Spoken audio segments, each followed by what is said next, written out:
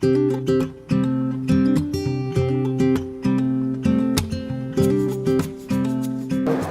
Maroc connaît un afflux important de migrants. Ces migrants sont dans une situation de vulnérabilité par rapport à leur état de santé. Vulnérabilité qui est due aux conditions dans lesquelles ils ont fait le parcours pour arriver au Maroc, avec toutes les difficultés liées à ce parcours, mais également les problèmes liés au logement dans lequel ils se trouvent, logement indécent, et aussi les problèmes d'accès aux services de santé. Bien que le droit à la santé soit inscrit dans la Constitution, bien que le Maroc ait fait beaucoup d'efforts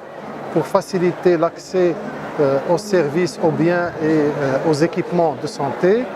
les migrants en situation irrégulière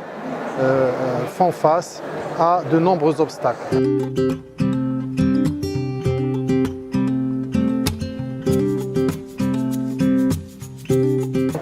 Le premier est celui de l'obstacle administratif, le fait de ne pas disposer de carte d'identité, de passeport, de ne pas disposer d'une assurance ou autre couverture de santé, rend difficile leur accès aux services de soins, en particulier les soins secondaires et tertiaires quand il s'agit d'accéder à un hôpital ou à une intervention chirurgicale. Deuxième difficulté a lieu ou a trait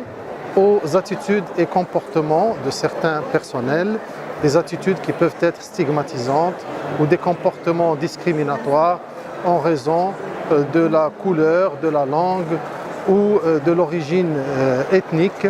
et qui constituent un obstacle de l'accès aux soins de ces patients. Également, un autre défi auquel fait face la société civile par rapport aux migrants est constitué par les maladies que peuvent contracter les migrants, soit en cours de leur voyage, de leur périple, puisqu'ils peuvent faire face à des violences, notamment des violences sexuelles, la possibilité de contracter le VIH, mais aussi les possibilités de contracter la tuberculose et autres maladies transmissibles. L'ensemble de ces paramètres rendent compte des difficultés d'assurer la santé aux migrants.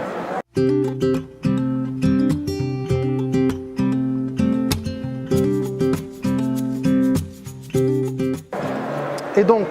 la société civile développe un certain nombre d'actions à visée humanitaire pour assurer un logement décent aux migrants, pour assurer l'accès aux médicaments, l'accès aux soins, mais aussi fait un ensemble d'actes de plaidoyer pour que le droit à la santé des personnes migrantes soit intégré dans les pratiques